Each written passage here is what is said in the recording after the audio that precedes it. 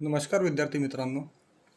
NMMS बौद्धिक क्षमता चाचणी सिरीजमध्ये आपले सर्वांचे सहर्ष स्वागत आहे. आज आपण सांकेतिक भाषा यावर आधारित काही प्रश्नांचा सराव करणार आहे. यामध्ये एक प्रकार असतो अक्षरांसाठी अक्षर. या अक्षरांसाठी अक्षर या प्रकारावर आधारित प्रश्न आपण आज अभ्यासणार आहोत. येथील प्रश्न आपल्याला विचारलेला आहे. पुढील प्रश्नात पहिल्या पदाचा दुसऱ्या पदाशी जसा संबंध आहे तसा संबंध तिसऱ्या व चौथ्या पदांमध्ये आहे. तो संबंध शोधून प्रश्नचिन्हाच्या जागी योग्य पर्याय लिहा. यावर आधारित पहिल्या एका व्हिडिओमध्ये आपण 7 प्रश्नांचे व्हिडिओ बघितले होते. आता आज आपण त्यासमोरील प्रश्न आपण अभ्यासूया. बघा, सांकेतिक भाषेवरील प्रश्न जर का तुम्हाला परीक्षेमध्ये विचारले तर तुमच्याजवळ अशा पद्धतीचा एक कागद तयार असला पाहिजे ज्याच्यावर ABCD लिहिलेली असेल. त्याच्याच खाली उलटी ABCD लिहिलेली आहे आणि त्यांच्या खाली त्या अक्षरांचे क्रमांक 1, 2, 3, 4 अशा पद्धतीने झेड अक्षराच्या खाली 26 क्रमांक अशा पद्धतीचा एक कागद तुमच्याजवळ तयार असला पाहिजे किंवा तुमचे ABCDतील क्रमांक तुमचे पाठ असले पाहिजे. बघा, या ठिकाणी एक प्रश्न दिलेला आहे. प्रोडक्ट PRODUT हा जो शब्द आहे हा त्यांनी लिहिलेला आहे PTRCOUD. बघा, इथलचा एक अक्षर PRODUC अक्षर हे राहून गेलेलं आहे. तर इथे शब्द किती आहेत? 1, 2, 3, 4, 5, 6, 7. इथे सुद्धा शब्द किती आहेत? 1, 2, 3, 4, 5, 6, 7. प्रश्न सोडवत असताना एक काळजी घ्यायची, तुम्हाला हे जे शब्द आहेत हेच अक्षर इथं सुद्धा दिसत आहेत का? तर या ठिकाणी आपल्याला तेच अक्षर इथं सुद्धा दिसत आहेत. मग यासाठी आपण असा जर का प्रश्न असेल की जे शब्द अक्षरं इथे दिलेले आहेत तीच अक्षरं जर का तिथे दुसऱ्या जागेमध्ये दिलेली आहेत आणि तिथे फक्त त्यांचा क्रम बदललेला आहे, तर अशा वेळेला प्रश्न सोडवत असताना या अक्षरांना क्रमांक देऊयात आपण. 1, 2, 3, 4, 5, 6 आणि 7. आता इथे पहिला शब्द घेतला त्यांनी कोणता? 1. बघा, पहिला शब्द घेतला 1 म्हणून पीच्या खाली आपण 1 लिहिणार. नंतर दुसरा शब्द घेतला टी म्हणजे कोण? 7. बघा, 1 आणि 7 घेतला. बरं, ठीक आहे, चालेल. नंतर आर शब्द घेतला. आर हा की अक्षर कितवं होतं? दुसरं. आणि सी अक्षर कोणतं होतं? 6वं. बघा, तुमच्या जर विद्यार्थी मित्रांनो तुमच्या जर का लक्षात येत असेल तर पहिला आणि शेवटचा अक्षर घेतलं, नंतर दुसरं आणि शेवटून दुसरं, अशा पद्धतीने. आता यानंतरचे अक्षर आपण एक अंदाज जर का घेतला तर तिसरं आणि 6वं अक्षर, तिसरं आणि 5वं अक्षर इथं असायला पाहिजेत. म्हणजे ओ आणि यू हे अक्षर आहेत का बघूयात आपण. तर बघा, ओचा नंबर कितवा आहे? तिसरा. यूचा नंबर कितवा आहे? तर 5वा. आणि डीचा नंबर होता आहे 4था. म्हणजे या ठिकाणी आपल्याला एक नियम लक्षात आला की यांनी काय केलेलं आहे, अक्षर लिहित असताना पहिलं आणि शेवटचं अक्षर यांची एक जोडी घेतली, त्यानंतर त्याच्या शेजारच्या अक्षरांची दुसरी जोडी, त्यानंतर तिसऱ्या शेजारच्या अक्षरांची तिसरी जोडी, अशा पद्धतीने हे जोड्या करत गेले. आता हा जो शब्द आहे याच्यासाठी सुद्धा आपण त्याच पद्धतीने करू. पहिलं, दुसरा, तिसरा, चौथा, 5वा, 6वा, 7वा. आपला प्रश्न तेच सांगतोय की पहिल्या आणि दुसऱ्या अक्षरामध्ये ज्या नियमाने हे अक्षरं आलेली आहेत त्याच नियमाने तिसऱ्या आणि चौथ्या शब्दामध्ये सुद्धा आलेली आहेत. मग या ठिकाणी आपल्याला आपण घेतलं पहिलं आणि 7वं अक्षर. कोणतं? पहिलं आणि 7वं. मग इथलं पहिलं अक्षर आहे आपलं सी आणि 7वं अक्षर आहे आर.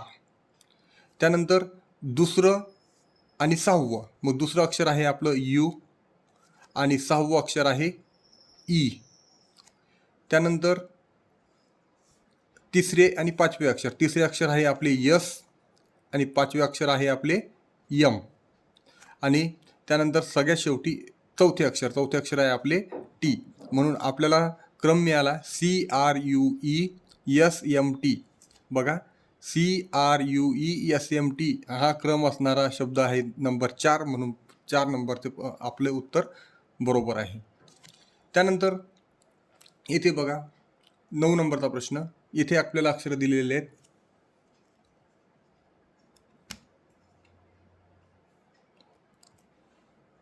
RTKMDF आणि त्यासाठी शब्द दिलेला आहे SLE. बघा इथे किती अक्षर आहेत, 1 2 3 4 5 6 आणि त्या जागी इथे अक्षर किती आलेले 1 2 3. ज्याही वेळेस असं घडेल की 3 अक्षरांसाठी 6 अक्षरं दिलेली आहेत, म्हणजे याचा अर्थ असा असतो की जे एक अक्षर आहे हे त्या 2 अक्षरांच्या मध्ये असणार आहे. म्हणजे आर आणि टीच्या मधलं अक्षर यस आहे. बघा आपण हेच बघूया तिथे आर आणि टीच्या मधलं अक्षर यस, म्हणजे पहिल्या जोडीमधून आपल्याला अक्षर यांच्या मधलं अक्षर मिळालं कोणतं, यस. के आणि यम, के आणि यम या 2 अक्षरांच्या मधलं अक्षर आहे यल. बघा इथं सुद्धा यल दिलेलं आहे, म्हणून इथून अक्षर मिळालं आपल्याला यल, या दोघांच्या मधलं. नंतर डी आणि एफ, डी आणि एफ, डी आणि एफ यांच्या दोघांच्या मधलं अक्षर आहे ई, म्हणून अशा पद्धतीने तयार झालेलं आहे. मग या ठिकाणी आता त्याच नियमानुसार आपल्याला इथे सुद्धा घ्यायचं, म्हणजे जे आणि यल यांच्यामधलं अक्षर कोणतं आहे त्याचा आपण शोध घेऊ. तर जे आणि यल यांच्यामधलं अक्षर आहे के, म्हणून आपलं पहिलं अक्षर आलं के. नंतर दुसऱ्या अक्षराची जोडी आहे यू आणि डब्ल्यू, यू आणि डब्ल्यू यांच्यामधील अक्षर आहे व्ही, म्हणून आपली दुसरं अक्षर आलं आहे व्ही. आणि त्यानंतर तिसरी जोडी आपली यफ आणि एच, तर यफ आणि एच, यफ आणि एचच्या मधील अक्षर आहे जी, म्हणून आपल्या अक्षरांच्या क्रमाला के व्ही जी, आणि के व्ही जी असणारा पर्याय आपला पर्याय क्रमांक 3, म्हणून पर्याय क्रमांक 3 हे आपले अचूक उत्तर आहे. यानंतर 10वा प्रश्न. 10व्या प्रश्नामध्ये आपल्याला दिलेला आहे यस के एच, यासाठी एक्स एफ एम लिहिलेलं आहे. बरं बघा, यस यस आणि एक्स, यस आणि एक्स, यसचा नंबर दिलेला आहे 19 आणि एक्सचा नंबर आहे 24, म्हणजे यस आणि एक्स या 2 अक्षरांमध्ये अधिक 5 केले, यसमध्ये 5 मिळवले तर आपल्याला मिळतात एक्स. बरं ठीक आहे. त्यानंतर के आणि एफ, बघा केचा नंबर किती आहे 11 आणि एफचा नंबर आहे 6, म्हणजे 11तून 5 वजा केले तर आपल्याला एफ अक्षर मिळते. म्हणजे दुसऱ्या अक्षरासाठी आपल्याला काय करावं लागणार आहे, तर 5 वजा करावं लागते. बघा पहिल्या अक्षरासाठी आपल्याला 5 मिळवावे लागले, तर दुसऱ्या अक्षरासाठी आपल्याला 5 वजा करावे लागले. म्हणजे एकाच वेळी तुम्हाला दोन्ही क्रिया करण्याचं काम इथे पडत आहे. बघा असे वेगवेगळ्या पद्धतीचे प्रश्न तुमच्या समोर येतील, त्यांच्यामध्ये थोडे वेगवेगळ्या पद्धतीने ते प्रश्नांची रचना केलेली असणार आहे. इथे बघा पहिल्या अक्षरामध्ये 5 अक्षर मिळवले तर आपल्याला पहिलं अक्षर मिळालं, दुसऱ्या अक्षरामध्ये 5 अक्षरे वजा केली तर आपल्याला दुसरं अक्षर मिळालं. आता तिसऱ्या अक्षरांसंदर्भात आपण पाहूयात काय नियम आहे. एच आणि यम, एचचा नंबर आहे 8 आणि यमचा नंबर आहे 13, म्हणजे परत एकदा तिसऱ्या अक्षरामध्ये त्यांनी काय केलं तर 5 मिळवले, म्हणजे आपला 2 नियम तयार झाला. पहिल्या अक्षरासाठी 5 अधिक करा, दुसऱ्या अक्षरासाठी 5 वजा करा, तिसऱ्या अक्षरासाठी 5 अधिक करा. अशा पद्धतीने जर का अधिक अक्षर असते तर एकदा अधिक एकदा वजा, एकदा 5ने अधिक करा, एकदा 5ने वजा करा, अशा पद्धतीने हा नियम चालूच राहिला असता. मग यममध्ये 5 अक्षरे मिळवली, मग यमचा नंबर आहे 13, 13मध्ये 5 अक्षरे मिळवले म्हणजे किती झाले 13 आणि 5 18, 18 म्हटल्यानंतर 18 नंबरचं अक्षर आहे आपले आर, म्हणून पहिलं अक्षर आलं आपलं आर. आता यूचा नंबर किती आहे, तर यूचा नंबर आहे 21, 21मधून 5 वजा करा, 21मधून 5 वजा केले तर उरतात 16, 21मधून 5 वजा केले तर उरतात 16, 16 नंबरचं अक्षर आहे आपलं पी, म्हणून दुसरं अक्षर आलं आपलं पी. बघा पहिल्या अक्षरात 5 मिळवले, दुसऱ्या अक्षरातून 5 वजा केले. आता तिसऱ्या अक्षरामध्ये परत एकदा 5 मिळवायचे, क्यूमध्ये 5 मिळवले, क्यूचा नंबर किती आहे 17, 17 आणि 5 22, किंवा 5 अक्षरामध्ये 1 2 3 4 5, म्हणजे कोणतं अक्षर आहे व्ही. तर आपलं उत्तर आलं आर पी व्ही. मग आर पी व्ही असणारा पर्याय कोणता, तर पर्याय क्रमांक 3 हे आपले बरोबर उत्तर आहे. बघा बाळांनो, अशा पद्धतीनं आपल्याला थोडे अधिक वजाबाकीचे नियम थोडेसे लक्षात ठेवावे लागतील, की अक्षरांमध्ये कशा पद्धतीने अधिक केलेलं आहे, कशा पद्धतीने वजाबाकी केलेली आहे, किंवा उलटी ABCD आलेली आहे का, अशा काही गोष्टींचा आपल्याला इथे शोध घ्यावा लागणार आहे. आता या ठिकाणी सी आणि क्यू, सीच्या जागी काय घेतलंय बाळांनो इथे क्यू, पण सी आणि क्यू मध्ये जर का तुम्ही संबंध लावण्याचा प्रयत्न केला तर सीचा नंबर तर 3 आहे आणि क्यूचा नंबर आहे 17. इतका मोठा फरक वगैरे अशा काही गोष्टींमध्ये थोडंसं जर आलं तर तो थोडंसं विचार करायचा की अशा पद्धतीची गणित असू शकत, थोडीशी वेगळ्या पद्धतीने काही विचार करता येईल का बघूया. बघा सी आणि क्यूमध्ये संबंध लागत नाही, पण जर आपण या ठिकाणी पहिलं अक्षर सी आहे पण शेवटचं अक्षर डी आहे. यांच्या दोघांमध्ये संबंध लागतो. इकडचं पहिलं अक्षर तिकडच्यासाठी शेवटचं अक्षर. पण कसं केलं तर एक न वाढवून. बघा काय केलं असं असं असू शकते की बघूयात आपण की पहिल्या अक्षराला शेवटचं अक्षर एक न वाढवून घेऊ. पहिल्या अक्षराला शेवटचं अक्षर काय करू आपण एक न वाढवून घेऊ. त्याच पद्धतीनं आरसाठी पण आपण जर का शेवटचं अक्षर एक न वाढवलं म्हणजे आरमध्ये एक मिळवला तर आपल्याला उत्तर मिळतं यस. म्हणजे शेवटचं अक्षर यस. यस असणारे पर्याय आहेत का तर आहेत. किंवा पहिलं अक्षर यस यस म्हटल्यानंतर आपल्याला एक अंदाज येऊ राहिला की आपण जो नियम लावू राहिलो तो नियम थोडासा बरोबर आहे. बघा त्यानंतर यन आणि ओ. यनच्या लगेच नंतरचं अक्षर कोणतं आहे ओ. म्हणजेच या दुसऱ्या जोडीमध्ये सुद्धा शेवटून दुसऱ्या नंबरला टाकला. दुसऱ्या नंबरचं अक्षर शेवटून दुसऱ्या नंबरला टाकलं. ते पण कसं करून तर +1 करून. म्हणून या जेला सुद्धा आपण शेवटून 2 नंबरला घेऊ आणि ते सुद्धा एक अक्षर वाढून म्हणजे जेच्या नंतरचं अक्षर कोणतं तर के. म्हणजे आपल्याला इकडची जी सुरुवात आहे आपण शेवटच्या अक्षरापासून करू राहिलो. त्यानंतर टी आणि ओ. टी आणि यू. टीच्या नंतर लगेच अक्षर येते यू. मग त्याच पद्धतीने डब्ल्यूच्या लगेच नंतरचं अक्षर कोणतं तर एक्स. आपला नियम आता जवळपास तयार झालेला बाळांनो. काय केलेलं आहे इथे की पहिल्या अक्षरामध्ये एक मिळवलं आणि त्याला शेवटी घेतलं. दुसऱ्या अक्षरामध्ये एक मिळवला त्याला शेवटून दुसऱ्या नंबरला घेतलं. तिसऱ्या अक्षरामध्ये एक मिळवलं त्याला शेवटून तिसऱ्या नंबरला घेतलं. चौथ्या अक्षरामध्ये एक मिळवला आणि त्याला शेवटून 4 नंबर म्हणजे त्या ठिकाणी पहिल्या नंबरला. अशा पद्धतीनं जे पहिलं अक्षर होतं ते शेवटी गेलं आणि शेवटचे अक्षर एक नंबरला आले. म्हणजे अशा पद्धतीने उलटसुलट क्रिया करून पण कसं एकने वाढवून हे शब्द तयार केलेले आहेत. मग आता आपलं शेवटचं अक्षर होतं जी. जी मध्ये एक मिळवला तर आपल्याला अक्षर मिळतं कोणतं एच. आणि म्हणून एच एक्स के एस. एच एक्स के एस इथे नाही आहे, इथे नाही आहेत, इथे नाही आहेत. एच एक्स आय एस नाही आहेत. म्हणून एच एक्स के एस असणारा पर्याय म्हणजे पर्याय क्रमांक 4 हे बरोबर उत्तर आहे. तर बाळांनो अशा पद्धतीने थोडं प्रत्येक प्रश्नामध्ये आपल्याला एक वेगवेगळ्या पद्धतीनं प्रश्नांची रचना केलेली आहे. आपल्याला त्या प्रश्नांच्या रचनेमध्ये काय संदर्भ असू शकतात याचा आपल्याला शोध घ्यायचा आहे. या गणितांमध्ये एक लॉजिक असते. हे लॉजिक जर का आपल्या लक्षात आलं तर आपल्या गणितांची एक मॅजिक तयार होत असते. चला आता आपण 12वा प्रश्न बघूया.